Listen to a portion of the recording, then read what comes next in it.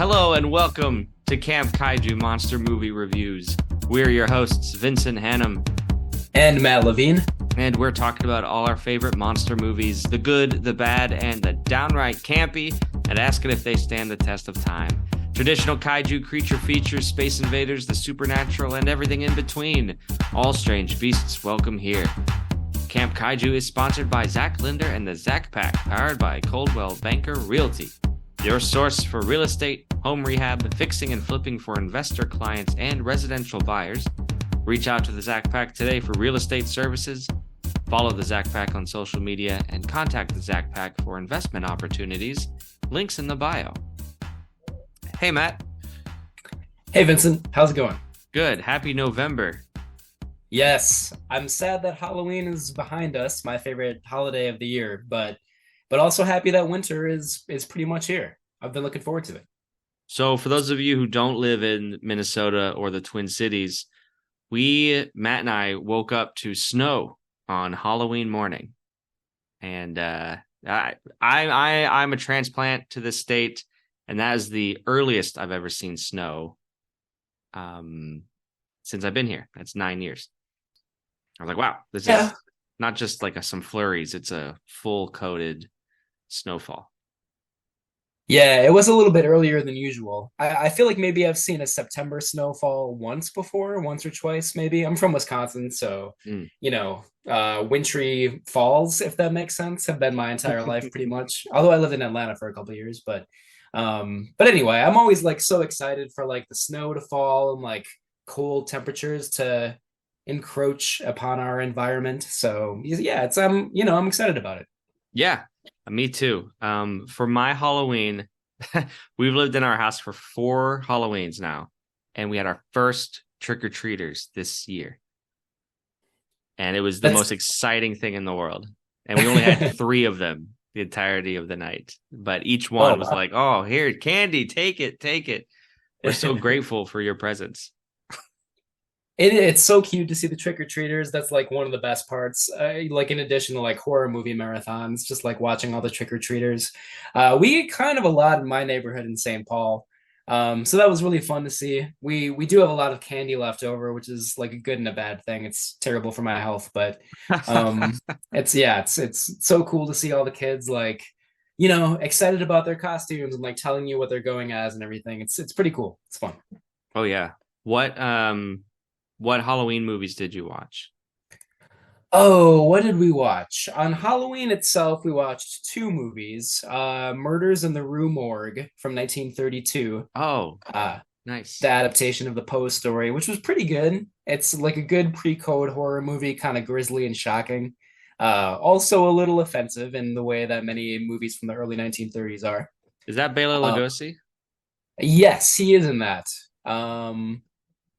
Yeah, there's like one murder scene that is pretty shocking, and like some other ones were cut out of the movie before it was released. But yeah, Bela Lugosi's great. Cool. It's fresh off of the success of Dracula. Yeah, it's been high on my list for a while, so no spoilers. Yeah, no. It is. Yeah, I think you like it. It's very beautiful. It's like it has amazing sets. It's like exactly what you want out of like an early 30s horror movie from Hollywood. The second movie that we watched that night was When a Stranger Calls. Which is good. It's it has that famous line which has influenced a lot of other horror movies since then. The calls are coming from inside the house. It's from that movie. So I didn't know that. Yeah. And that scene is the best part of the movie by far. And then after that, it gets a little bit not as good, but it's still definitely worth watching for sure. All right. I watched, Ellen and I watched the new Kenneth Branagh, Agatha Christie film, A Haunting in Venice. What'd you think? Solid. It was better than Death on the Nile, which is the previous one. And I mean, I like that genre. Plot, like murder mysteries, but then this one is I think a really effective ghost story as well. So yeah, I'd check it out. Cool. Yeah, I'm intrigued. It has a good cast, right? Michelle Yeoh is in it. Tina Fey, is she in it as well? Yeah, kind of surprisingly. Yeah. Classic ensemble cast. Cool. I have not seen any of those Branagh like Hercule Poirot movies recently, Yeah. but I would like to, so maybe I'll check them out soon. Yeah, they're solid. And then we watched an episode of The X-Files because we started that a few weeks ago. My favorite TV show. It's so good. I grew up with the X-Files, and I honestly think that's probably why I like horror so much. I was like traumatized by some episodes when I was a kid. I was traumatized just from listening to it. I never watched it because um yeah, now we're both in our 30s, but I'm in my early 30s and when it was on network television, I was too young to watch it. But I remember my parents watching it and I was just in my bed just like freaking out over the sound of the opening song. Yeah. And just like that alone gave me nightmares, man. It's classic. It's yeah, it's so eerie. It's like, it's like on a level with the Twilight Zone where like as soon as you hear it, you have like an image of like eerie, foreboding, otherworldly Oh yeah. things taking place, Yeah. It's Which good. episode? Oh, sorry, I was gonna ask which episode you watched recently. The Jersey Devil, season Okay. 1, episode 4, something like that.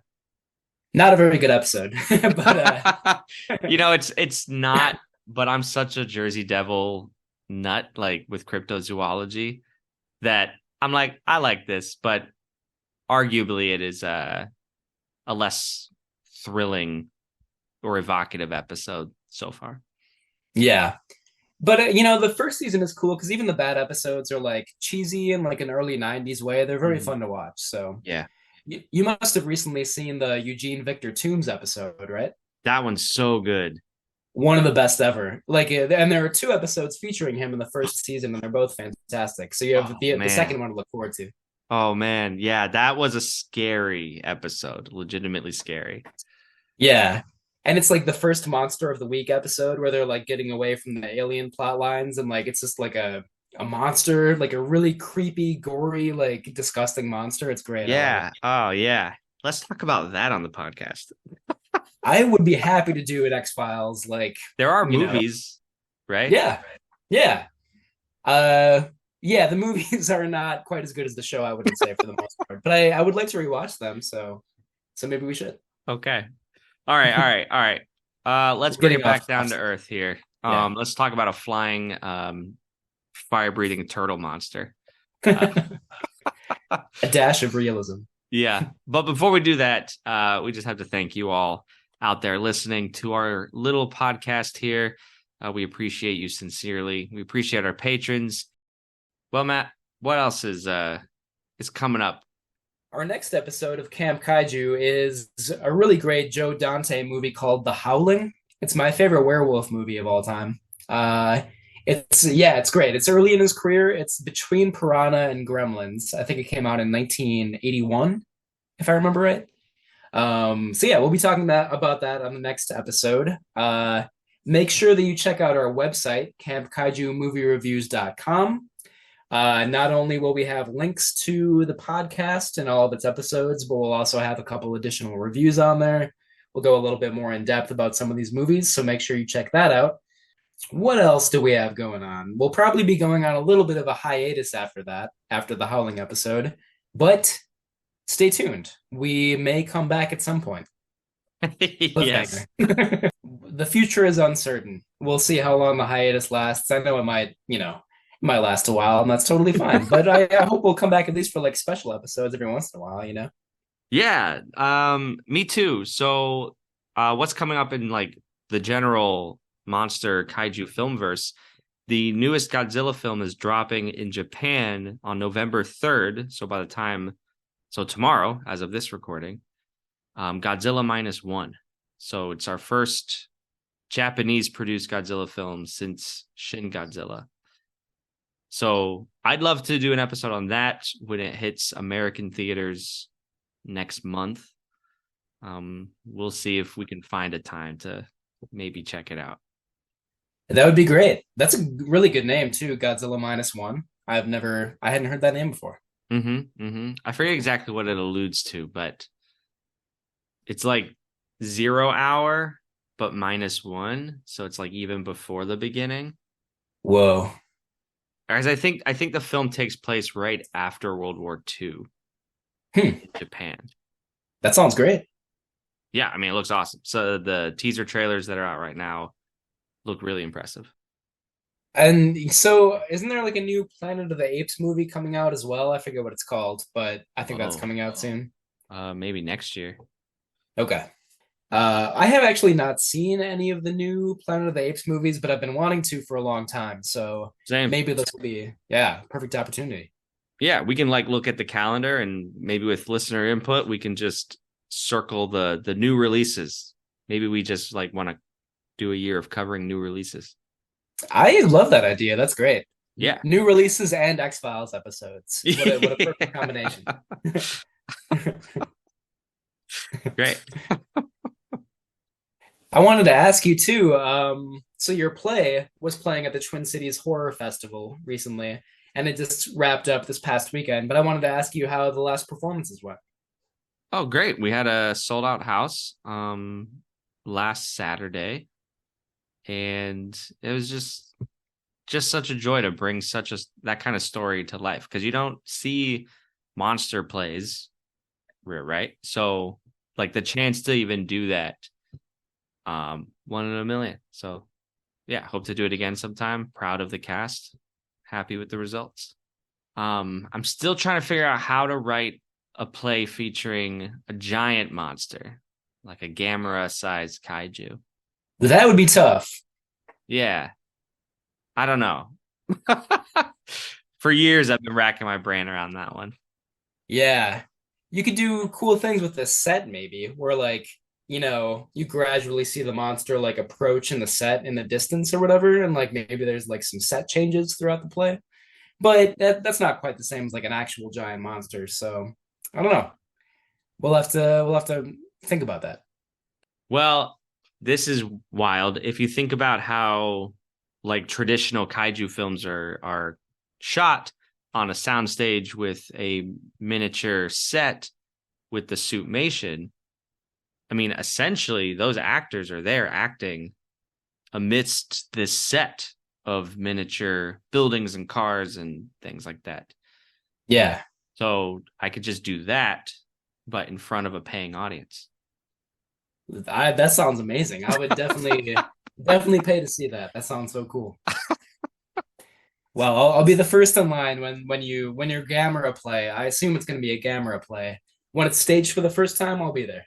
It'll have to be like a knockoff though, like close to Gamera, but not quite Sure. Gamera. Yeah, like a frog, a giant frog, maybe, who's a friend to all children. It'd be great. Sorry, the image of a giant frog, and it's just like deadpan frog. It has no emotion. It's just maybe it eats a child every once in a while, not because it's an evil frog. It's just kind of a brainless animal. Yeah, yeah. It's biological. It has no choice. Okay, all right. So Gamera, the guardian of the universe. There's it's a highlight of the kaiju genre, but maybe some of us haven't seen it yet. I know I'm a newcomer to this film. Matt, what is your personal history with this film? I was a newcomer to it as well. I didn't really know what to expect, but I've really liked the couple Gamera movies that I've seen so far, which are just the first one, which is called Gamera the Giant Monster from 1965. That one's really great. I like it a lot. It's very beautiful. It is like the whole like Gamera is a friend of kids thing is kind of cheesy, but in a very charming way.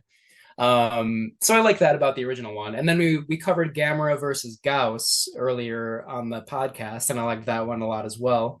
But yeah, I had never seen any of the Gamera movies from the 90s or beyond. And yeah, it holds up. It's very fun.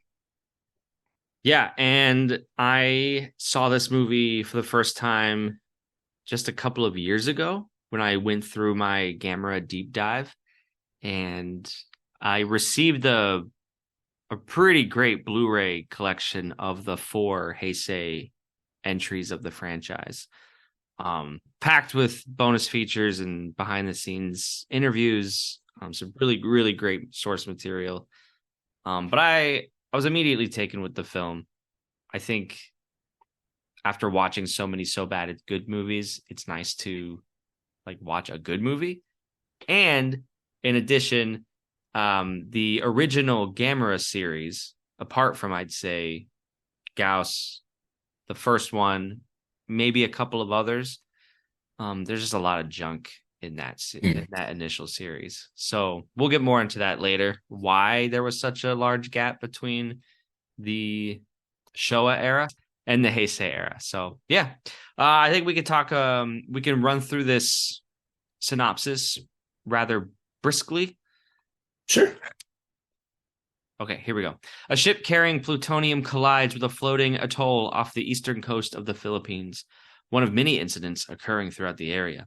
A team of scientists led by Naoya Kusanagi discovers amulets and a stone slab covered in ancient runes on the atoll. During the investigation, the atoll suddenly quakes, destroying the slab and throwing the scientists into the ocean. One member of the team, the Japanese Coast Guard officer Yoshinari Yonemori, sees the eye and tusk of a giant turtle. Meanwhile, ornithologist Mayumi Nagamine investigates a village in the Goto archipelago reportedly attacked by a giant bird. While Nagamine is initially skeptical of the claims, she is horrified upon discovering human remains in a giant bird pellet. Exploring the nearby forest, her team encounters and then successfully prevents 3 bird-like creatures from attacking another village.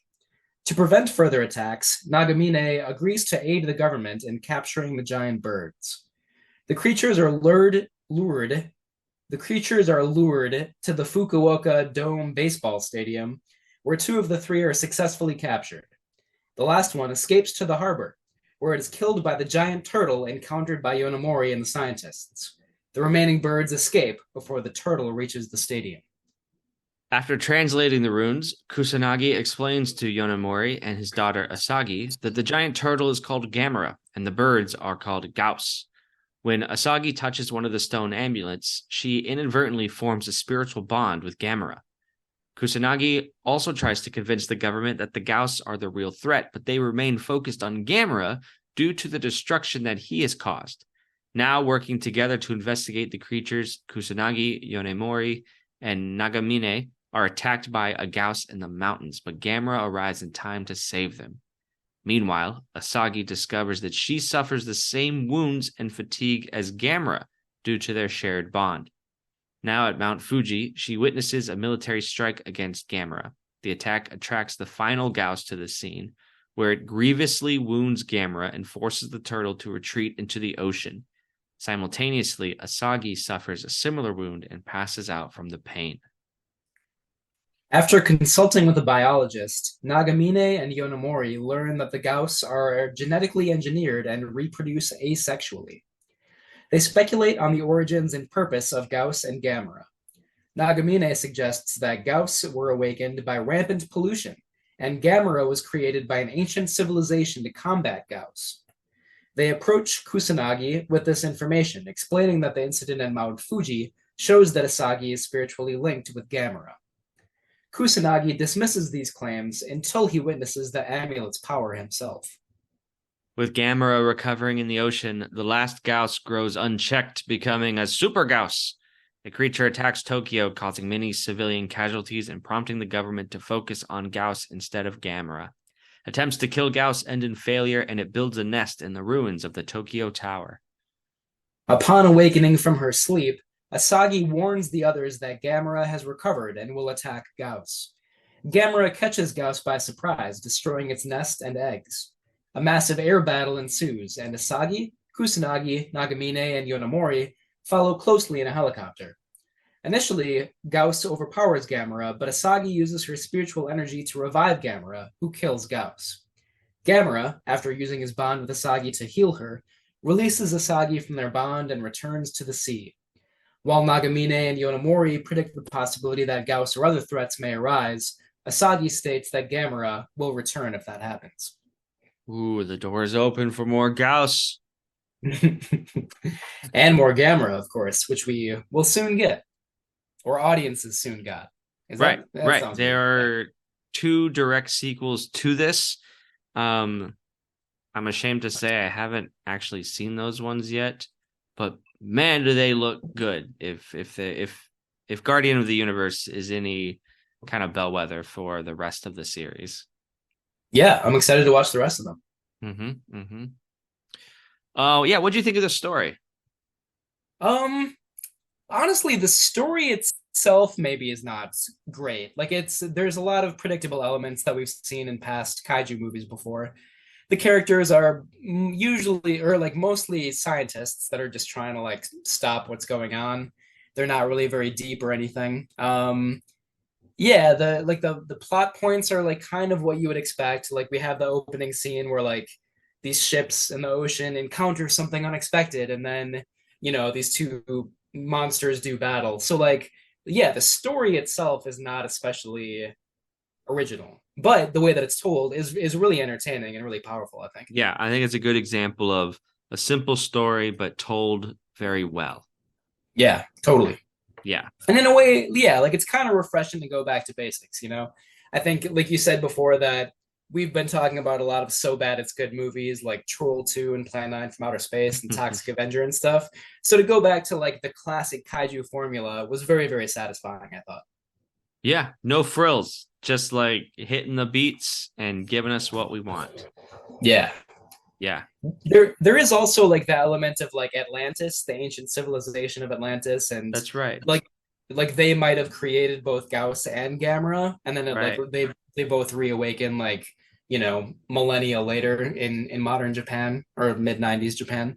So that part of it is kind of interesting, unexpected. That's true. Yeah, and it's clearly none of this was ever alluded to in the original Gamera series.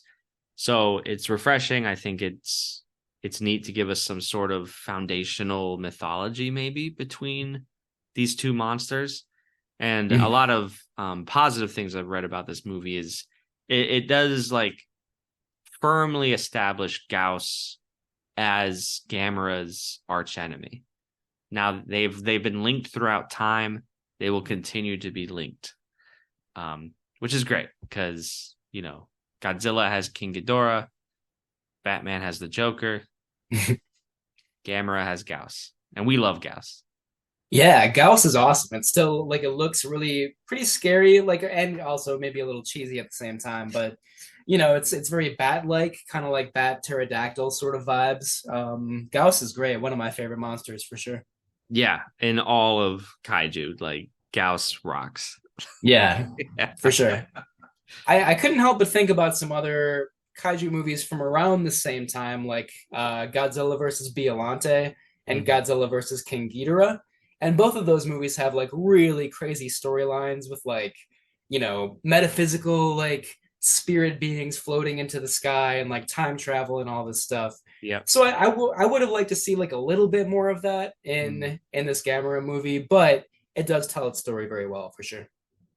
That's true. Yeah. The Godzilla franchise at this time is going out of left field, and Gamera's like, "No, we're just gonna play it straight. We're gonna do what we do best." You have to kind of admire that. Yeah. That's great. Yeah. All right. Leading this production is the director Shusuke Kaneko. I found this interesting. Not only did he direct the follow-up sequels, Gamera 2 and 3, but another movie we have featured on the podcast, Godzilla, Mothra, King Ghidorah, Giant Monsters All Out Attack. We were not fans of. No, but many people are, right? Yeah. I would say this movie far outshines GMK. I would agree. Yes, for sure. Leading those special effects, I'll start with the screenplay. So the screenplay for this movie is Kazunori Ito. I read somewhere he's highly regarded as an anime screenwriter in particular, known for the show Ghost in the Shell. I'm not an anime guy, but shout out to my brother who is, and I remember my brother reading and being obsessed with Ghost in the Shell in general. So yeah, got some talent there. And the special effects we know him and love him, Shinji Higuchi, who is now really known for his Shin universe, his work on Shin Godzilla and Shin Ultraman. Yeah, I'm a huge fan of Shin Godzilla. Really like Shin Ultraman a lot as well. There's a new movie in the Shin universe that's coming out soon, right? Or maybe already did in Japan. Yeah, Shin Kamen Rider was That's released. right. Yeah. Is that directed by him as well? I didn't see that, but let me double check. I'm gonna look it up as well. No, no, Erase no. you. It's written and directed by Hideaki Anno, who Hmm, co-directed Shin Godzilla with Higuchi. gotcha. Well, yeah, I mean, I'm a fan of Anno as well, Hideaki Anno, but yeah, Shinji Higuchi. I feel like you can kind of see like in the special effects in Gamera Guardian of the Universe, maybe some of the similar style of special effects that will be used in both Shin Godzilla and Shin Ultraman. Maybe a little bit more in Shin Ultraman because Shin Godzilla has like more CGI than I would like Yeah. personally. And the yeah, Gamera Guardian of the Universe is thankfully pretty low on CGI, so I was happy to see that. Oh, totally. And yeah, it's just great. Like this, so Gamer Guardian of the Universe was Higuchi's breakthrough, and you're just like, wow, what a statement for he was 29 years old when he was working on this film, and just yeah, it looks good, but if you and I would encourage you to explore some of the behind the scenes work. It There's a reason it looks so good. Just the amount of care to detail he put into everything for this movie. Yeah, for sure. And I read that that was true of Shisuke Kaneko too, the director. There was another Japanese director who had made some other kaiju movies, and I wish I remembered who it was. But he was saying that he was talking to Shisuke Kaneko just about like the level of like care and precision that went into like the development of this movie. And yeah, like he said basically what you just said that like everybody involved with Gamera Guardian of the Universe, like this was not like a cheap knockoff. This was like they put so much effort into this and like had a vision for it. And I think that's what I didn't like so much about Giant Monsters All Out Attack. Like it kind Mm. of does seem like a cash grab that they like rushed into production. But this Gamera movie does not. Like you could tell that they put a lot of care and effort and time into it. Do you remember in GMK when it's like the final battle and the King Ghidorah costume is literally on wheels? You could see it rolling through the city. I do vaguely remember that. Yeah. Higuchi would never allow that. No. No, that's yeah. I mean, like that's what I like about the good kaiju movies. Like these, these are artists who have like a particular vision that they like bring to fruition. And yeah, GMK maybe not so much, but yeah, it's impressive in this movie and many others for sure. Yeah. Um, also of note, I mean the score is by Kao Otani, and uh, I mean I didn't. I think the cinematography is good. Junichi Tozawa. I don't have the language to speak to that, but I wanted to throw that credit in there as well. I think this is a gorgeous movie. We'll talk about that more later though. Oh yes, great, excellent. I knew you'd bring it. Yeah. Cool. No, yeah, his work is really fantastic for sure. I could talk about the cast a little bit if you'd like me to. Great. Yeah. Cool. Yeah, so the cast of Gamera Guardian of the Universe, we have Tsuyoshi Ihara as Yoshinari Yonomori, the Coast Guard officer. We also have Shinobu Nakayama as Mayumi Nagamine, a gifted ornithologist. I wanted to look her up real quick. Yeah, so I think the reason I recognize her is from actually a Jet Li movie called Fist of Legend, Okay. which is fantastic. I love martial arts movies. She's very, very good in that. She's in some other kaiju movies as well, Godzilla versus Mecha Godzilla 2. Hmm. Um, That's right. probably being the best known one, but yeah, she's great. And I knew like immediately, I was like, where do I know her from? I've seen Hmm. her in some other movies. So yep, she's in the film. We also have Ayako Fujitani as Asagi, the girl who grows spiritually connected to Gamera. And finally, Akira Onodera as Asagi's father. Cool. The girl who plays Asagi, her father is Steven Seagal. I read that. Yeah. Surprising. Yeah. Yeah. I'm like, oh, okay. There's some trivia for you. Yeah. She gives a better performance in this movie than Steven Seagal ever did. I'm just gonna throw that out there. um, we could talk more about Siskel and Ebert's review of this film, which is on YouTube and it's a delight. I'll try to put it in the show notes. But they make a mention of that. Ebert does, and he's like, and he says something to the effect of, what's her name? I want to make sure I get her name right. Ayako Fujitana. Ayako Fujitani is in a script as lifeless as her father's choice in scripts, or something like that. Wow. I mean, I would disagree with that. I think this script has a lot more life than most of Steven Seagal's movies, but that's my opinion. Yeah. So, anything else on the cast and crew? Not really at this point. I mean, I feel like I recognize some of the other cast members from some like older kaiju movies. I can see that. Maybe. Yeah. I think yeah. Sorry, I want to look something up real quick. Because I'm pretty sure the guy who plays the captain of the ship at the very beginning of the movie it's like a cameo, but he had been in like some other kaiju movies earlier in his career. Well, we'll move on to production backstory and release. I will let you know. Maybe you found this similar. I had to dig a little bit to find some actual production history, but be that as it may, I found a really dope article from an issue of Cine Fantastique, the movie magazine from 1995, by an article by Steve Rifle, the noted kaiju critic and author. Anyways, he has a really cool review of Gamera Guardian of the Universe, and I got a lot of my backstory from his article. So I'll try to put that in the show notes as well. So anyways, 1995, Gamera Guardian of the Universe is released 15 years after the previous Gamera movie, which is called Gamera Super Monsters from 1980. Brief history of the Gamera franchise. By 1980, the series was like, to say kid-centric, kiddie fair is a generous label. Gamera Super Monsters is one of the cheapest, laziest films. It's just essentially 95% stock footage from the 7, I think, previous Gamera films, kind of cobbled together into a story.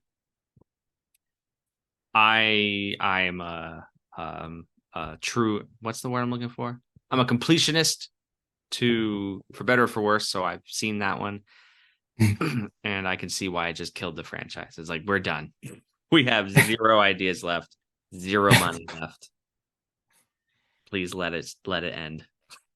And it had been kind of like going in that direction anyway, right? The franchise, like Daiei Studios was kind of running out of money. Like the last couple Gamera movies didn't do all that well commercially. So I like, it seemed like people were not totally surprised that like the 1980 film was kind of like the death knell for the franchise, at least for a while. Oh, yeah. Put it in its grave, buried it 8 feet under. Done. But then Toho's making Godzilla movies again in the 80s and the 90s. So Daiei Studios decides to bring back Gamera. And they make some really intentional choices around that. Yeah, I can keep going, but if you wanted to read anything, you can do that too. Yeah, sure. So when Daiei decided to kind of reboot Gamera, I think they were looking at a different franchise initially, right? And then they decided to do Gamera instead. I'm trying to remember what that was. Sorry. Yeah, no, I read that too. The Daimajin. That's right. Yeah. Series from the 60s, which I have not seen, actually. Still a gaping hole in my my checklist there, but it's as far as I know, it concerns a giant ancient stone statue um who fights kaiju. Cool. We kind of see a giant stone statue in Gamera Guardian of the Universe too, so Do we? they still got it in there, you know?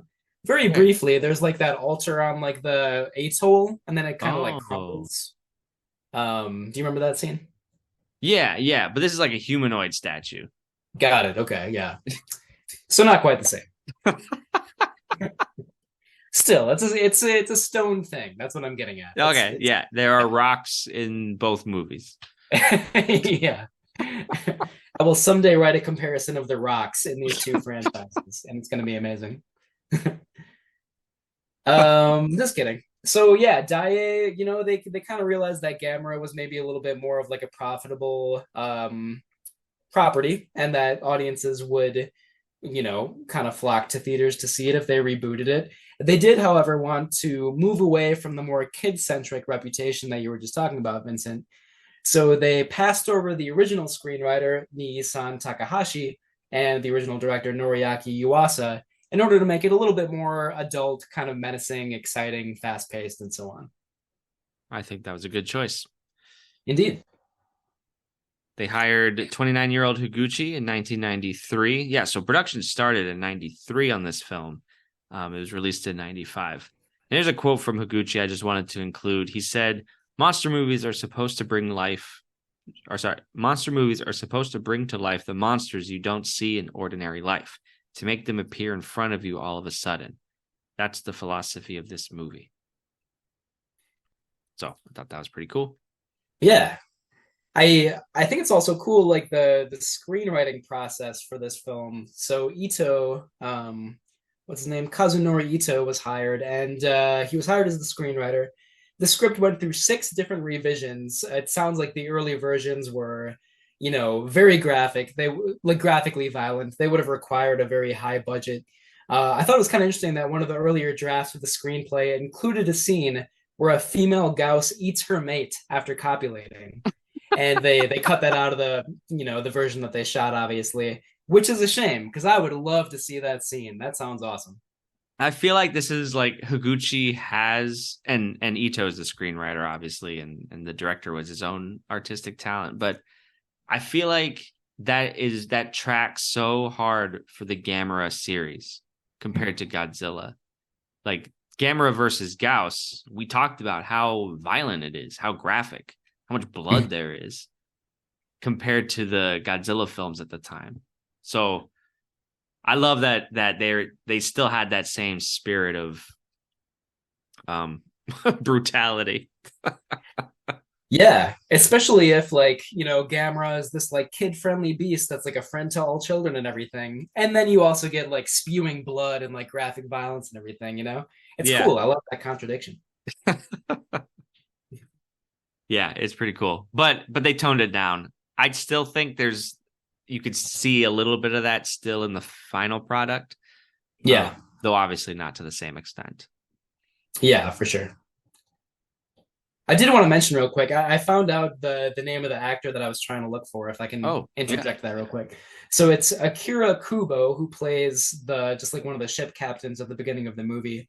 And he was in Matango in 1963. Oh my gosh. Yeah, Invasion of Astro Monster in 65, Son of Godzilla in 67, Destroy All Monsters in 68. So he was definitely a veteran of kaiju movies and has a brief cameo in Gamera Guardian of the Universe. Wow. Thank you for pulling that up. I love It's pretty that. cool. Yeah. It must have been from Son of Godzilla because I saw him and I was like, I know that guy from somewhere too. And I don't love Son of Godzilla, but it's still cool to like see these connections, Yeah, yeah. See, Son of Godzilla was coming out when Gamera versus Gauss was coming out. And which one do you kind of have I don't know, maybe a better time watching? Oh, Godzilla versus Gauss for sure, in my opinion. Yeah. Or Gamera versus Gauss, sorry. I see. Right. Oh, right. I say that, but I gave Son of Godzilla a full classic status last year when we reviewed that. That's one of the few kaiju movies that I think we somewhat strongly disagree on, which is great. I mean, I like it when that happens. I may revise my review, but for now I'm gonna stick with it. Yeah, you should. Yeah, maybe we'll revisit that someday. Yeah. Um, I found this very ironic that Daiei in the mid 90s did not have a robust production facility. So they actually rented a studio from Toho in which to shoot the movie. And Toho actually released the film, or they were the distributor. Um, and they released it in a limited capacity in March of 1995. Steve Rifle says maybe to lessen competition with, Godzilla. Mm. Which the final Godzilla Heisei film was released in 95 as well. That was Godzilla versus Destroya. So I don't know. I find that really interesting. Yeah, that seems to me like something that would not have happened in the 60s or 70s, right? Like those two studios had such an intense rivalry at one point, I think. Yeah, Daiei was but by the 90s it was just a shell of its former self. Yeah. Consolidation, I guess that would be vertical integration. I don't not vertical integration. One of those corporate terms, you know. It's a Yeah. win-win situation, I guess. And Daiei these days is hardly anything. It's like it's a whisper of its former self. And I think that it's part of the reason why Gamera movies are so few and far between, since I think the last one was in 2006. But like with this recent resurgence in Godzilla movies and the whole kaiju genre, it's just like, oh, the time is now. Like, make a new Gamera movie. Yeah. Do you know, like, I'm just curious who owns the rights to it now? If like Toho does, or if it's still Daiei, like you would think somebody would at least be able to like buy the rights to it, you know? I think it's whoever bought Daiei or whatever Daiei turned into. So it's still not like a major production studio that owns the rights to it. So like, what do you do if you own the rights to something so popular, but you don't have the means to make a movie? Oh man. Well, hopefully somebody can put that into motion at some point, you know? I mean, like, it's such a profitable franchise. It's kind of like floating out there like defunct right now. I know. It's too One bad. day it'll happen. If there's money to be made, they'll find a way. That's what Yeah. I keep telling Yeah. myself. Okay, the film was also played at the Cannes Film Festival. I thought that was prestigious. I mean, and it is prestigious.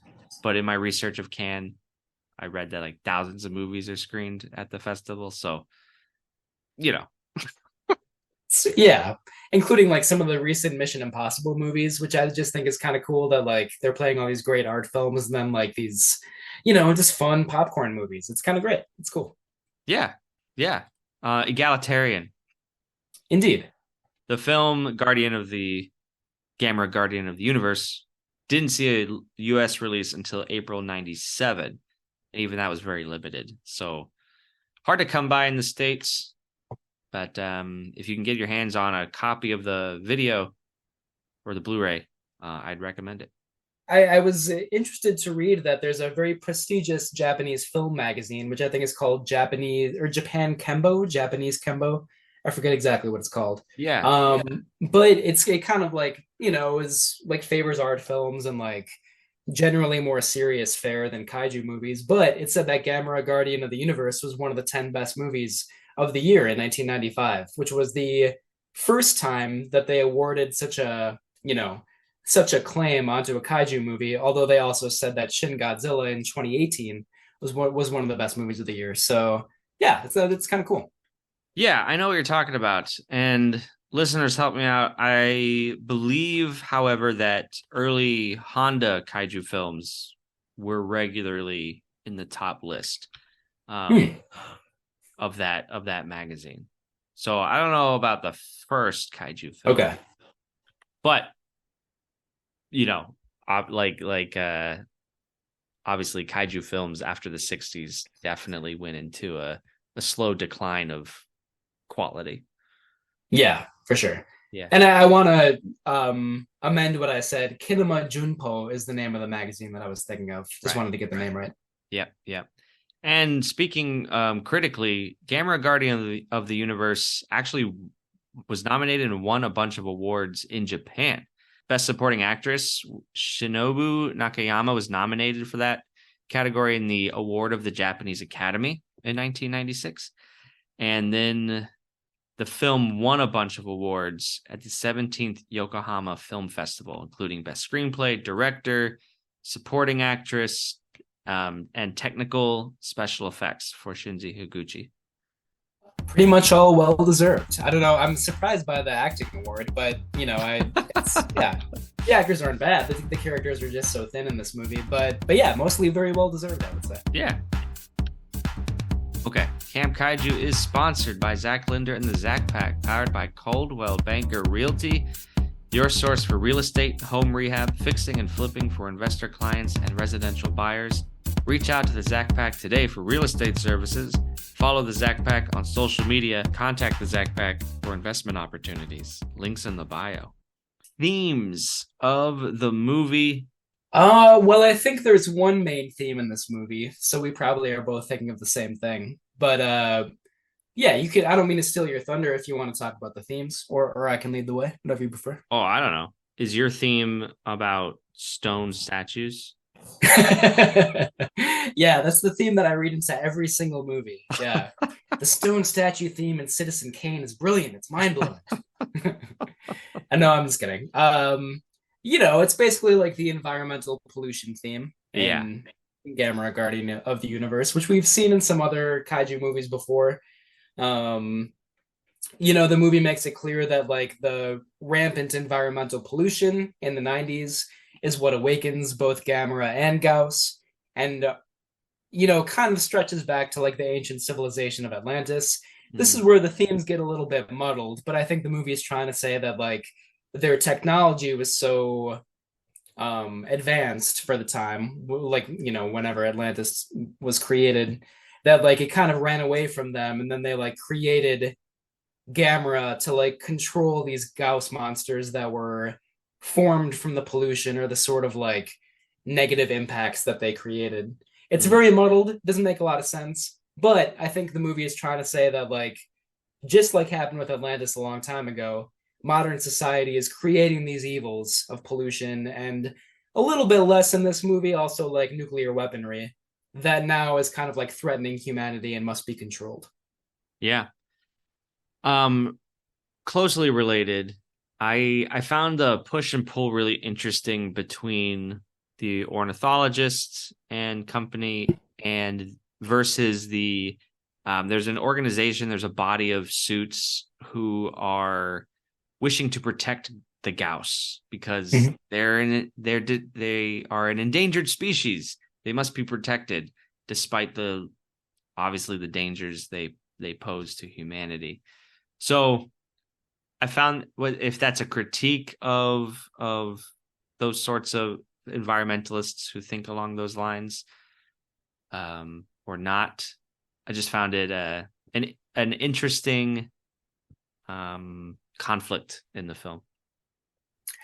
Yeah, definitely. And I think, as part of that, we also see like the government bureaucrats that are like stepping on the scientists' toes. Scientists' toes. That's kind of hard to say. And like preventing them from like doing, what they need to do to like capture the monsters, basically. So I think we kind of also see like a critique of, inept government and sort of like bureaucratic red tape, which we also see in Shin Godzilla and some other later kaiju movies. I thought about that too. There's a brief line that subtly critiques the Japanese self-defense force as like being unable. Bureaucratic gridlock, because they're calling in the JSDF. They want them to fight the monsters, and then some bureaucrat is like, oh, we have to get approval for this and that, and we have to go through the motions. And I was like, it's Shin Godzilla all over again. Yeah, for sure. I think it's a little bit more pointed in Shin Godzilla. Yeah, and honestly, 100%. Like, I don't know, some of the stuff in Gamera Guardian of the Universe where the military is like, wants to protect Gauss and is attacking Gamera, even though most of the characters know that Gamera is the good guy and Gauss is the bad guy. It's like a little tiresome in this movie, and it's like, we can just move past this, right? Like let's get to the kaiju battle. But So yeah, I don't know, I'm happy there's that theme in the movie, but I just feel like it's kind of dragged out a little bit here as well. You want to talk about the form and the aesthetic? Yeah, this is a really gorgeous movie. I think it's beautifully shot by Junichi Tozawa. It's really colorful, bright. Like some of the lighting is really fantastic. The model sets look really good. Hmm. Um, like the model sets are clearly fake, obviously, but they're just like so there's like I've used the word tactility a lot, like to like compare like model sets to CGI, but it's like so beautiful in this movie. In particular, there's a shot of like the last Gauss monster sort of like perching on the Tokyo Tower. This is like shortly before the final showdown, before that Yeah. last Gauss and Gamera. And like we see sort of like a sunset in the background, Hmm. and the Gauss creature is like a silhouette. And it's like a shot so gorgeous should not be in like such a silly movie, you know? It's Yeah. amazing. I I I saw that picture and I immediately wanted to make it my Facebook cover photo, like adorn my computer screensaver with it. It was just so captivating.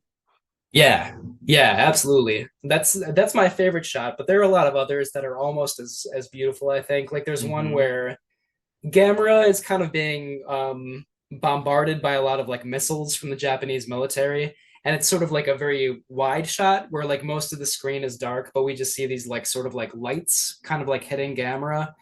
That moment's really beautiful as well. I think some of the shots of like the helicopter in the sky with Gauss kind of like flying beyond it, Yeah. with like a bright blue sky and like these like clouds in the distance. Just like it's Hmm. such a gorgeous movie. It looks really great. Well, when Gamera and Gauss are falling from space through the clouds, I'm like, how did you even shoot this? It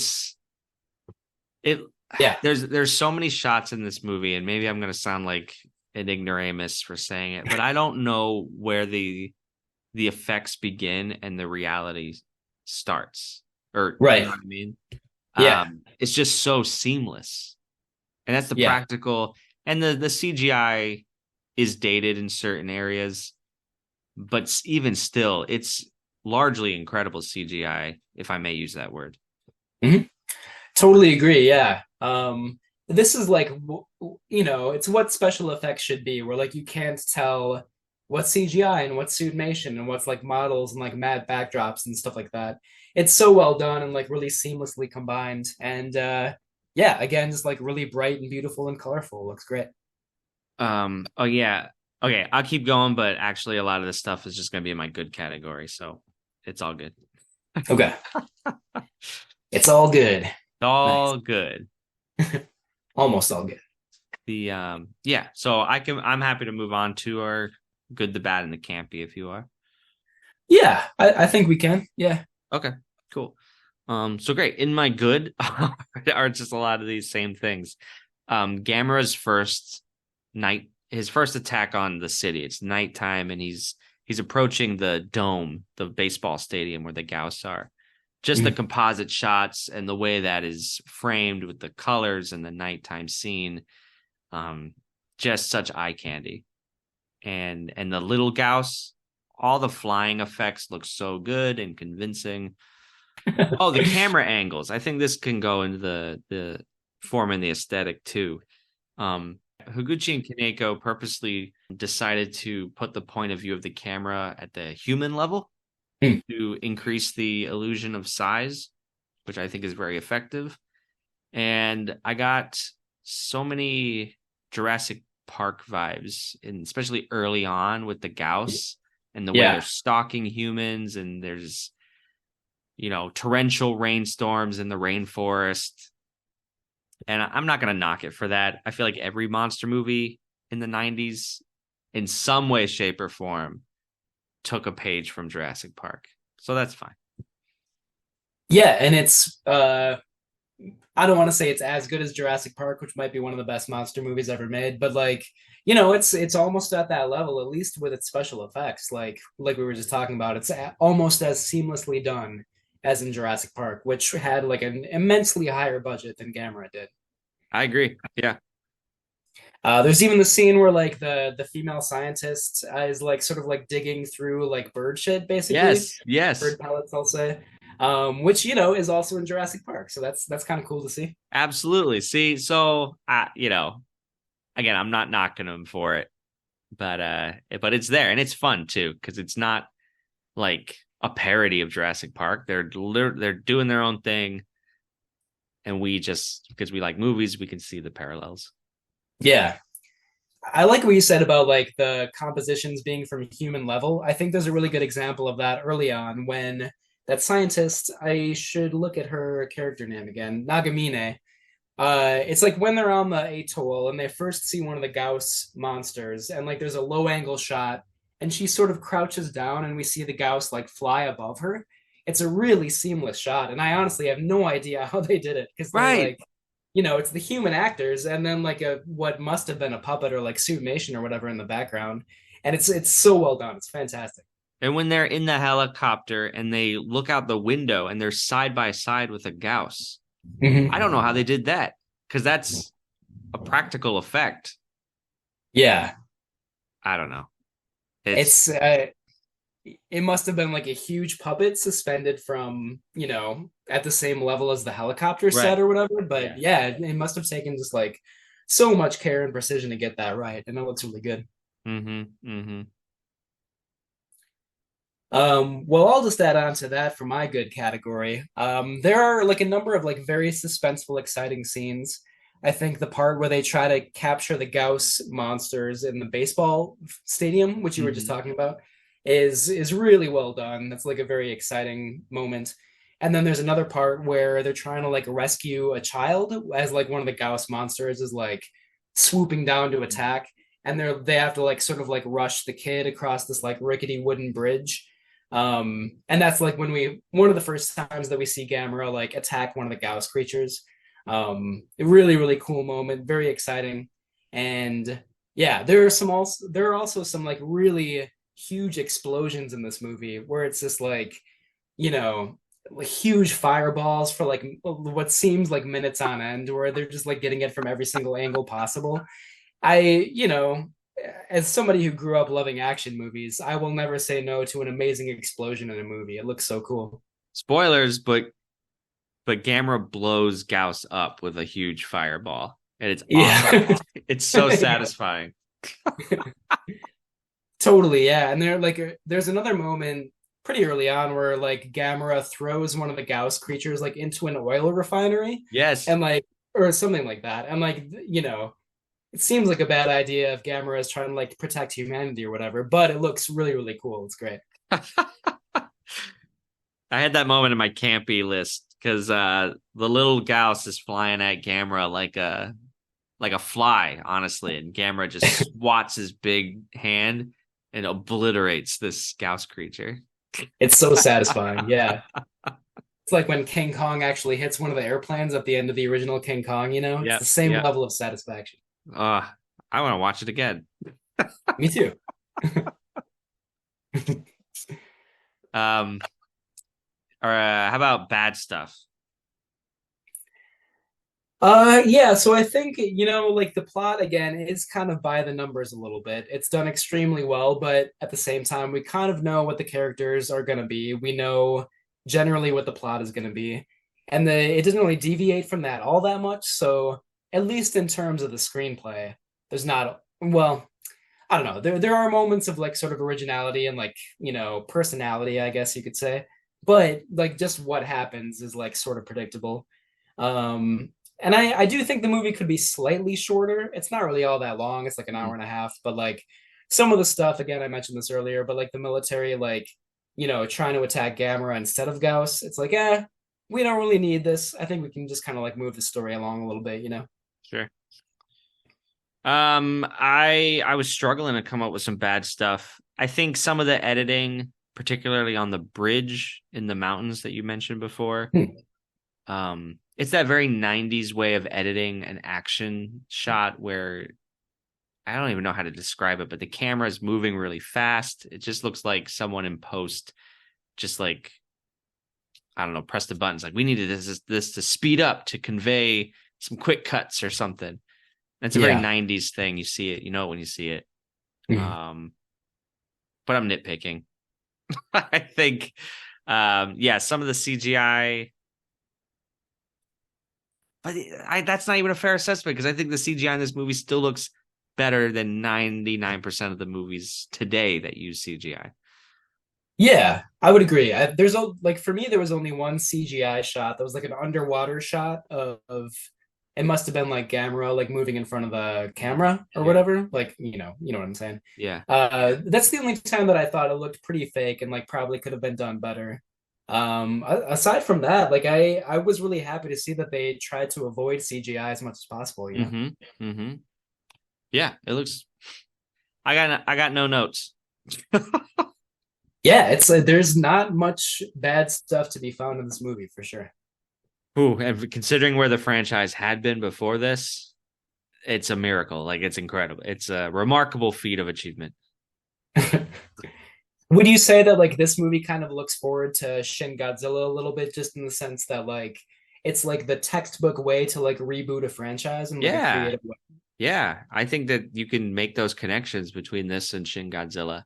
Because like Shin Godzilla, Kaneko and Higuchi and Ito and Daiei, they wanted to treat this movie like what would happen if a kaiju appeared in the real world. So like the humans in this film have no prior knowledge of giant monsters. This is the first time it's happening, which is similar to Shin Godzilla. Hmm. Yeah. Yeah. Yeah. I mean, they're both of those movies I think are like almost as good as you could make a kaiju movie Yeah. nowadays. Very impressive. Yeah. But yeah, but for some reason, like I do give this 4 out of 5 stars on Letterboxd, not a full five. And I wonder if it's because maybe while it's a simple story told really well, to your point, maybe it could have offered a little bit more surprising elements somewhere in there. Just to like keep us on our toes and be like, whoa, that's truly something we've never seen before.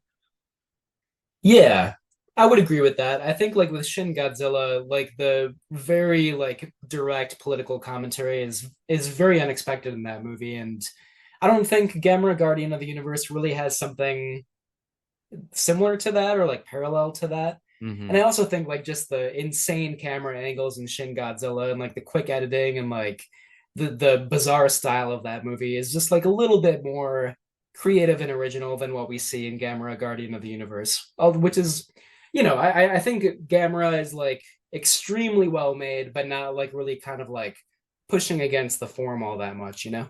Yep, that's a good way to put it. Yeah. Yeah. How about Campy? I like all the wipe transitions in this movie, Oh yeah, that's right. which is something, like we see that in Star Wars and some other movies sometimes, but I love it. It totally fits the style of this movie for sure. Yep, that's Yeah. fun. I loved it when they went to space.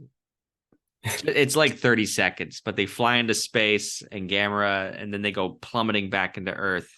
And I was like, okay, this is now camp. We've like, I don't know, taken a realistic situation as far as you can make it, and we've just like pushed it that much further into the realm of ridiculousness. Yeah. Yeah, for sure. It's ridiculous, but also beautiful, like Yeah. Oh yeah. campy, but really stylish at the same time, which is my ideal combination. It's perfect. Yeah. And like for true camp, the movie takes itself not only does it take itself seriously, but I think it is it succeeds in telling us in giving us a serious tone. Yeah. It doesn't take itself seriously like Troll 2 and fails. No, I laughed at very little at this movie. Yeah. I did find there's like a police officer character who he's the one who first kind of like talks to Nagamine. Is that her name? I always forget her character name. I'm sorry. But there's a police officer that shows up and he's like, "Oh, we need you on this island." And like I like his character a lot. He's like, a little cowardly. He's very over the top. He like always wants to like run away from every situation, you know. And he's clearly in love with Nagamine. It's a good dash of comic relief. I like his character a lot. Yeah. Yeah. All right, man. I think we've gotten to our final review. We must give it a rating. We must. Should I read off the rankings as usual? You should. All right. So our highest rating is it is a timeless classic and definitely stands the test of time. Then we have there may be some antiquated moments, but overall it's great and stands the test of time. Number 3, it may be historically significant or just fun, but it does not stand the test of time. And our lowest ranking, it's not worth revisiting and definitely does not stand the test of time. It's a tough one. I'm going to go out on a limb, and I'm going to just say it is a classic and it stands the test of time. I don't think our critiques, or at least my critiques, are strong enough to really like dissuade my decision there. I think I could show this to any newcomer to the genre. I'd be comfortable showing this to them and just saying, hey, this is the best we have to offer as kaiju fans. I think you're going to enjoy this one. Yeah, totally. Sorry, I didn't mean to cut you off. No, that's where I'm at. Yeah, I think there are a couple others that I prefer. I think like the original Godzilla, just in terms of like influence and political commentary, sort of can't be matched. I think for me that probably will always be my favorite kaiju movie. Ghidorah the three-headed monster might be up there as well. But yeah, I think I'm gonna have to agree with you. It's a timeless classic, definitely stands the test of time. I think if I could, maybe I would give it 4.5 instead of, or I should say 3.5 instead of 4. Because it is kind of like in between those rankings for me. I think it could be like a little bit more innovative in some ways, but I just don't think you can do this sort of thing any better than this movie does it. It's so entertaining, very beautiful. Really loved it a lot. Yeah, that's just it. Like, what more do we want? Yeah. Yeah, and I don't want to be the kind of person that's like, oh, but it should be more like revolutionary or like, no, it's doing what it wants to do perfectly, and that should be enough, you know? Right. But we have Godzilla versus King Ghidorah if we want like truly batshit crazy kaiju movies. Yeah, and that movie's awesome too. There are lots of different kinds of entertainment to be had from these movies. Yeah. Cool. All right. Well, thank you all for listening. We hope you enjoy this movie as much as we did. And thanks for hanging out with us for the past hour and some change. If you liked what you heard, please tell a friend, leave a rating and review, and visit campkaijumoviereviews.com or Instagram for more monster movie content. We can't thank you enough. Camp Kaiju is recorded in Minneapolis, St. Paul with theme music by Terrence Jackson and Menia's Mailbox by Ben Cook Phelps. Camp Kaiju is sponsored by Zach Linder and the Zach Pack, powered by Coldwell Banker Realty, your source for real estate, home rehab, fixing and flipping for investor clients and residential buyers. Reach out to the Zach Pack today for real estate services. Follow the Zach Pack on social media and contact the Zach Pack for investment opportunities. Links in the bio. Only a young woman, the daughter of a scientist, understands Gamera. They communicate by a magic stone. She holds it, it glows, and she can read Gamera's mind. She's played here by Ayako Fujitani, the daughter of movie star Steven Seagal, and just like her dad, she only appears in the most intelligent screenplays. Now, I'm not going to claim that Gamera, the Guardian of the Universe, is a good movie. The plot is funky, the dialogue is mechanical, the characters are inane, and I still don't understand why a giant turtle apparently has 2 jet engines embedded in its behind. But, and this is a big but, I enjoyed this movie precisely because of those qualities. It stirred up enormous nostalgia within me for the kind of good-hearted, goofy, preposterous tradition these Japanese monster movies come out of. I'm glad I saw it, I enjoyed it, and so I have to give it thumbs up. Well, I think that all of the criticisms you leveled against it are absolutely accurate. Thank you. And so what I would do is get one of the good ones, get one of the Godzilla pictures, and rent that and put that on, and then you could recommend that, because that will be more entertaining than this. Well, Jim, why don't I just rent Citizen Kane and not look at any of the movies we reviewed this year? Well, that you can do that, and I think you and I both look at Citizen Kane regularly. But I'm just saying is that I think that you want to like this picture more than you know in your heart of hearts, that it really contains entertainment value. That's probably true. Okay. And the other thing that I would say is I love the idea of a giant turtle. Okay? I want to go see a giant atomic-powered turtle. And I want to see him in a good picture. I loved Q, a picture about that giant that was a good picture. column. But that's the kind of fun picture you ought to be recommending. This doesn't quite make the category. Okay, coming up next, a split decision on Gamera, the Guardian of the Universe. Gene thinks the story is dumb, the characters are thin, and the special effects are unconvincing. So do I, but I was nostalgic about this throwback to the Japanese monster movies of the past.